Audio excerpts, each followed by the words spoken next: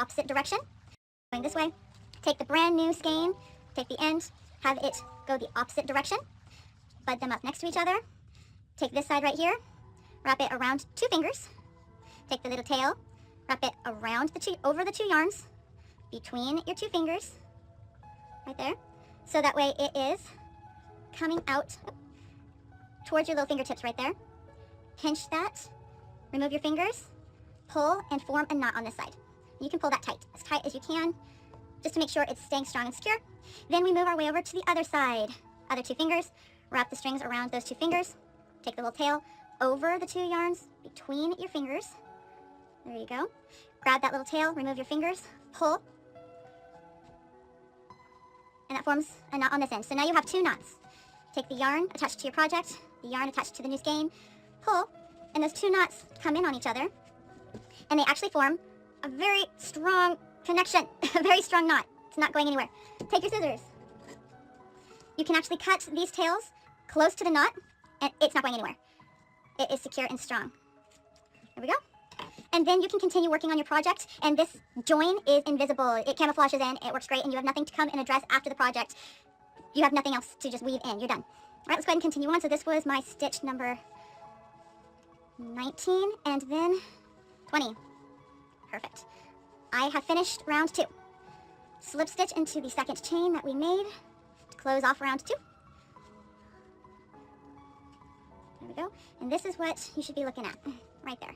Pretty cool. Round 3, we're going to chain 2. 1, 2. That chain 2 does count as our first double crochet stitch. The repeat pattern for round 3 is going to be increase double crochet in the first stitch, same stitch we just slip stitched into, and then make 1 double crochet stitch. And then 2 double crochet stitches, 1. 2 double crochet stitches, 1. Repeating this pattern all the way around for round 3. You should end round 3 with a total of 30 stitches. So remember, this chain 2 does count as our first double crochet stitch. So insert back into that same stitch we slip stitched into. There's 2. And then next stitch.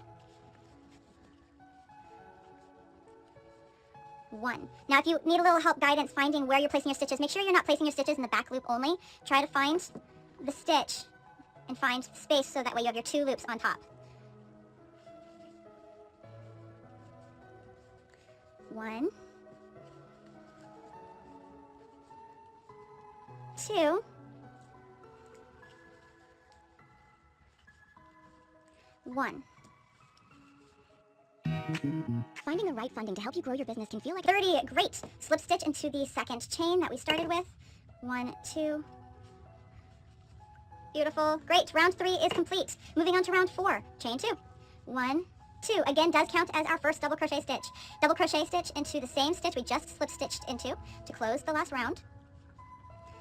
There you go. There's our increased double crochet. And then we're going to make 1 double crochet stitch in the next 2 stitch spaces. 1 and 1. Great. And then the repeat pattern for round 4 is 2 double crochet stitches, 1, 1. 2 double crochet stitches, 1, 1. Repeating this pattern all the way around for round 4. You should end round 4 with a total of 40 stitches. Here we go. 1, 2,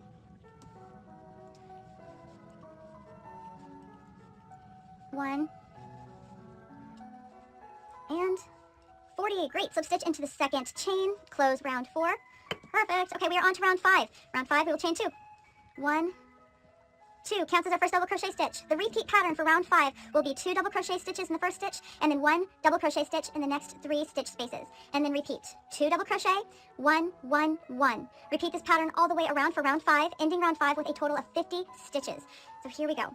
First double crochet stitch will go into the same stitch that we slip stitched into. So there is our first increased double crochet stitch, and then 1 double crochet stitch in the next 3 stitch spaces. 1,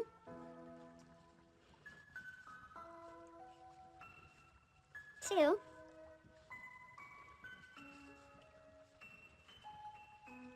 3.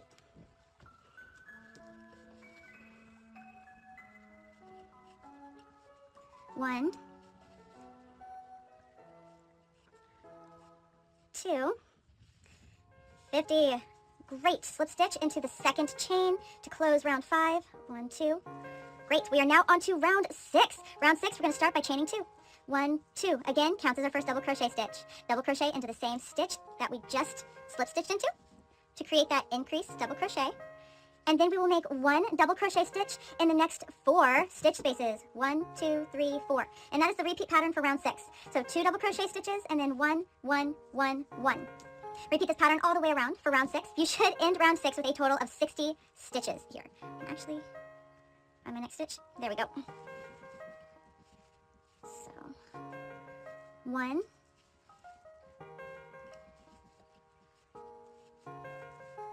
2, 3, 4, and then next stitch, make 2 double crochet stitches.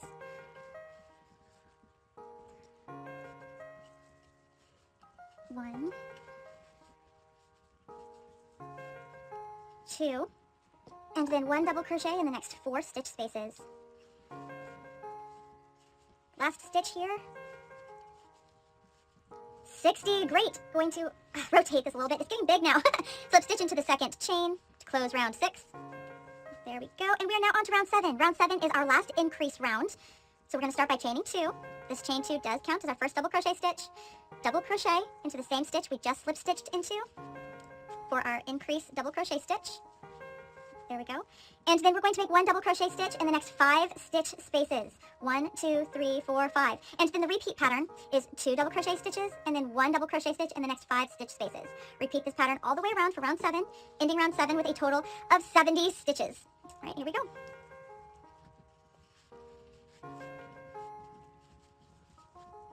One,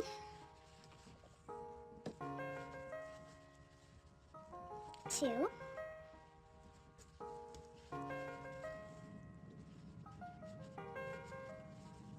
3, 4,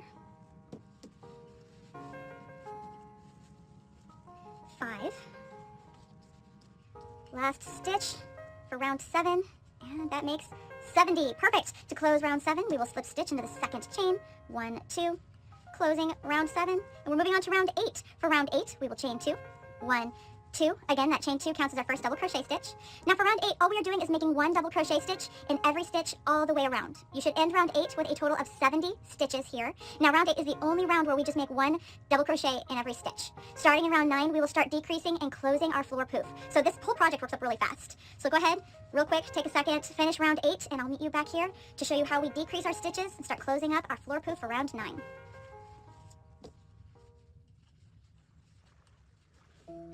All right, last stitch here for round 8, and 70, perfect. Okay, slip stitch into the second chain to close off round 8.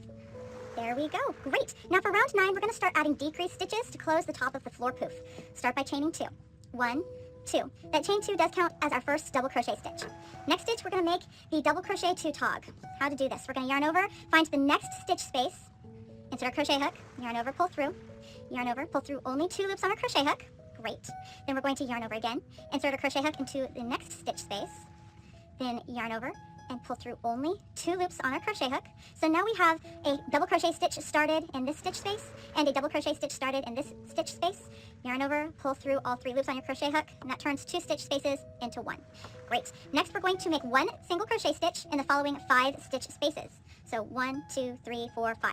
And then we will make another double crochet 2 tog stitch right here, and then 1 double crochet stitch in the following 5 stitch spaces. That is our repeating pattern for round 9. You should end round 9 with a total of 60 stitches. All right, here we go. 1, 2, 3,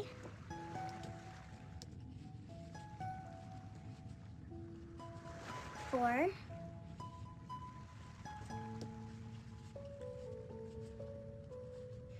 5, and then double crochet 2 tog. There's 1, 2, yarn over, pull through. There we go. Okay, so at the end of round 9, you're only going to have 4 double crochet stitches to close out the round. So here's where I did my decrease double crochet, then 1, 2, 3, 4. Move all this around. And now I'm going to slip stitch into the top or the second chain to close round 9. Now if you remember, in the very beginning of round 9, we did the chain 2. The chain 2 does count as our first double crochet stitch, and then we started the double crochet 2 tog in the very next stitch. So technically, there are 5 stitches here. It would be 1, 2, 3, 4, and then the chain 2 would make 5 before we dove into the next repeat. Okay, so it does equate. So now we are now on to round 10. For round 10, we are going to start by chaining 2. 1, 2. Again, that chain 2 counts as our first double crochet stitch. Now the repeat pattern for round 10 will be double crochet 2 tog, the first 2 stitch spaces together, and then make 1 double crochet stitch in the following 4 stitch spaces. And then repeat. Double crochet 2 tog, and then 1 double crochet stitch in the following 4 stitch spaces. Repeat this pattern all the way around for round 10, and you should end round 10 with a total of 50 stitches. Here we go.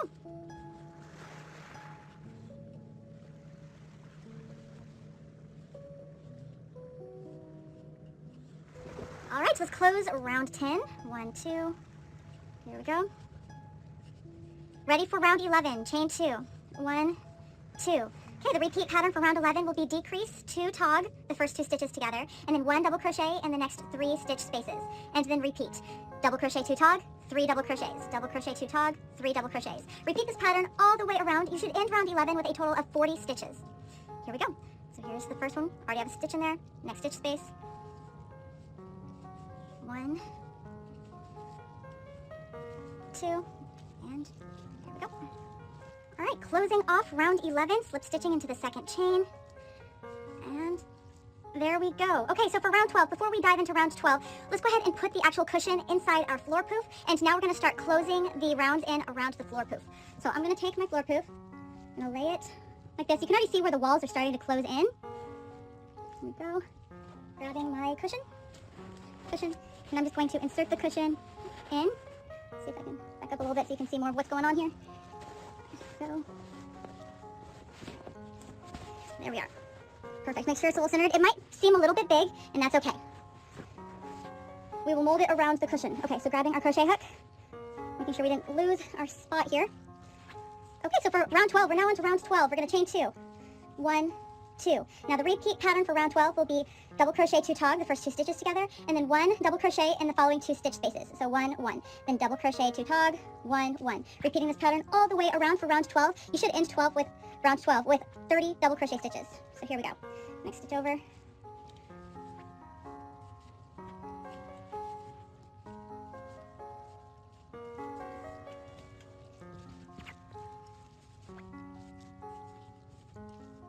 One,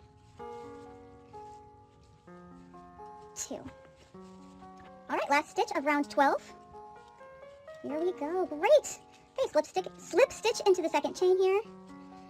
There we go. All right, we're going to chain 2. 1, 2. Again, counts as our first double crochet stitch. We're going to double crochet 2 tog, the first 2 stitch spaces together, and then make 1 double crochet stitch in the next stitch space. And that is the repeat pattern. Double crochet 2 tog, 1 double crochet 2 tog, 1 double crochet. Go ahead and repeat this pattern all the way around.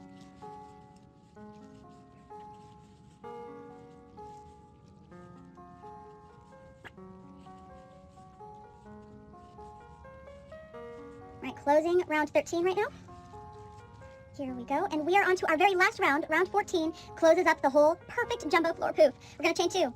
1, 2. Now the repeat pattern for round 14 will be to double crochet 2 tog every 2 stitches together. That's all we're doing. You should end with a total of 10 stitches, and then we will be ready to close this off.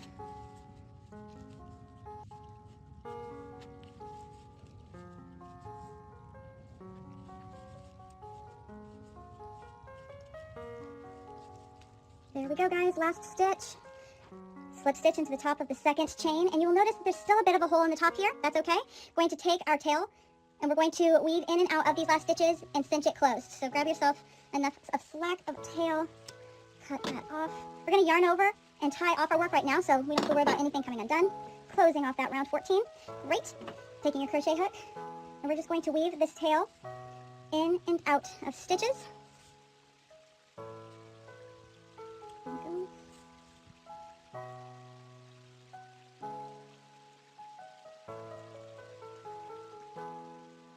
And where we began, there we go.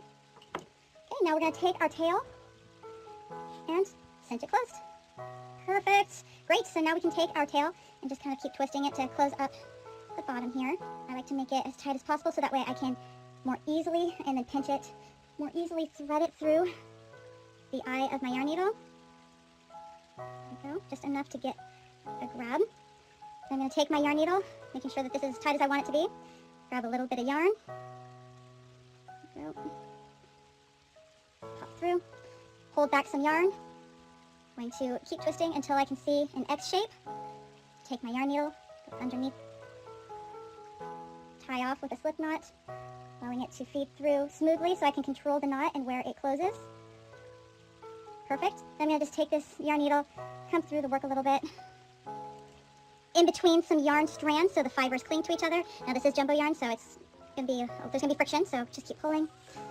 There we go. Now I'm going to take my scissors, cut the yarn flush with the project, and the perfect jumbo floor poof is done. You may notice that there is a little bit of some slack here on the side. I preferred that. That way it wasn't so tight. It actually is very moldable, so when you sit on it, the inner pillow has room to expand within. Makes it very comfy. There we go. So cool.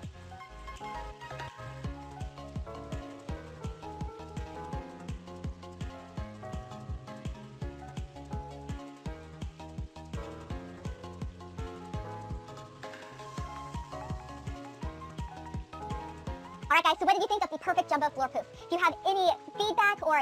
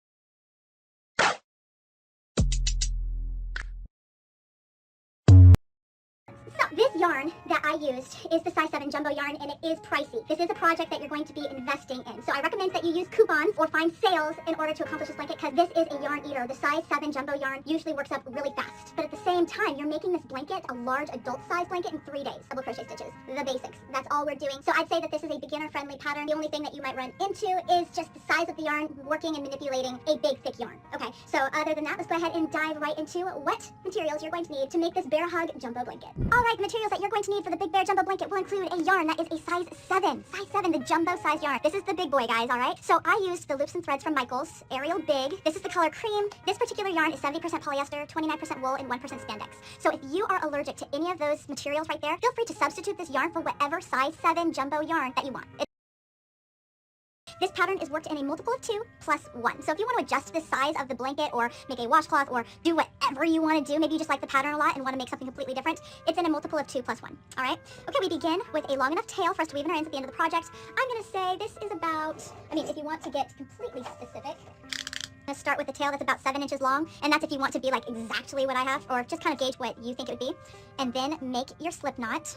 Take your crochet hook, attach your crochet hook, and again, we want all of our stitches to be loose here. That's going to be the big thing. A lot of us want to go tight on our stitches. We really want to err on loose, and once you get the hang of this, it moves super fast, okay? So multiple of 2 plus 1. I'm going to just do a quick swatch demo, so I'm going to make a total of 11 stitches, okay? That's in a multiple 2. 1, 2, 3, 4, 5, 6, 7, 8, 9, 10, so that's a multiple of 2, and then plus 1, so 11. Perfect, so that is our chain foundation row. For row 1, we're going to single crochet in the second chain from our crochet hook. So looking at our V stitches, remember the loop on our crochet hook does not count. So V stitches, 1, 2. I like to put my crochet hook with 2 loops on the top, 1 loop on the bottom, but if you like 1 loop on the top, 2 loops on the bottom, or even to do the piggyback where you put your crochet hook in the middle loop here on the back, there's so many different ways you can do this, guys, working off of the foundation row, but I like it this way. So making a single crochet stitch in the second chain. Okay, give me lots of yarn here. It's almost like an extended stitch where I pull and make sure everything has lots of room here. And then in the next chain, we're going to make a double crochet stitch. So yarn over, insert, through, 2, and pull through 2. Perfect. And that is the repeat pattern all the way across for row 1. Single crochet, double crochet, single crochet, double crochet. You're going to end, the very last chain will have a double crochet stitch. All right, so go ahead and continue on, and I will meet you at the end of row 1 to show you what we do next. Perfect. So we have just finished row 1. To move on to row 2, we will chain 1. We will turn our work. Great. And we will start with a single crochet in the first stitch, and then double crochet, and then single crochet, double crochet. The pattern is really, you're going to single crochet on top of a double crochet, and you're going to double crochet on top of a single crochet. Okay, so starting with a single crochet stitch, and then double crochet, and then next stitch, single crochet. Make sure everything is loose. That's going to be something I'm going to keep saying, because I know somebody out there is going to do it too tight. And then next stitch, double crochet. Okay, and I don't know if you've noticed this, but I try to identify the stitch by poking my fingers through it. That way I can see it. If you need to look at the top of your rows to find the V-stitches here, and then stick your fingers underneath the V-stitch, that way you can see where you're inserting your crochet hook, you can do that.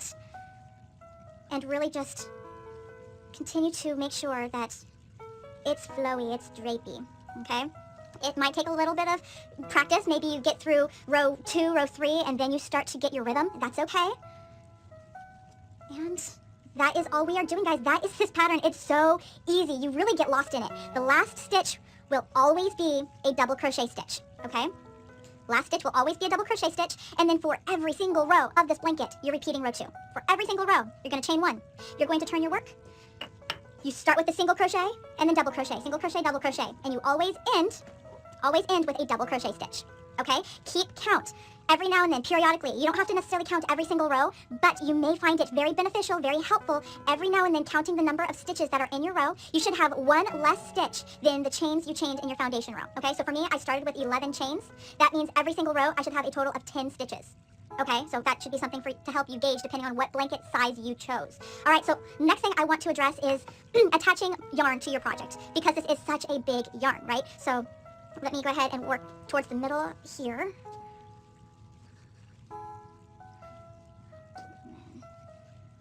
Okay, so let's just say,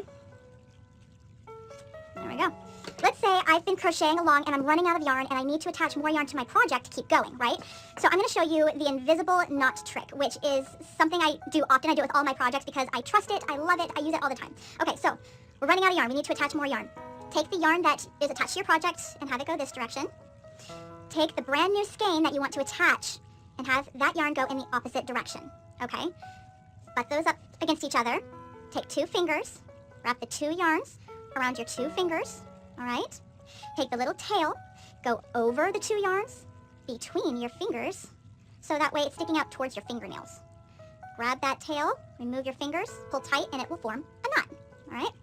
Now let's do that same thing on this side. So follow the 2 strands to the other side, 2 fingers, wrap the 2 strands around your 2 fingers, take the little tail, go over the 2 strands between your fingers, so that way it's sticking out towards your fingernails. Grab it, remove your fingers, pull tight for a knot on that side. So now you have a knot over here and a knot over here, all right? Grab this yarn, pull, and those 2 knots will slide in towards each other and form a very strong knot that isn't going anywhere. Ugh, love it. Grab your scissors. You can actually cut the yarn really close to that knot, and that knot doesn't go anywhere. It's awesome. Okay, I've used this trick basically every time I make something, and I love it. It's so strong. And then when you keep going, working your project, see, there's the knot. You work past it. Now this invisible knot trick really only works if you're using the same color yarn.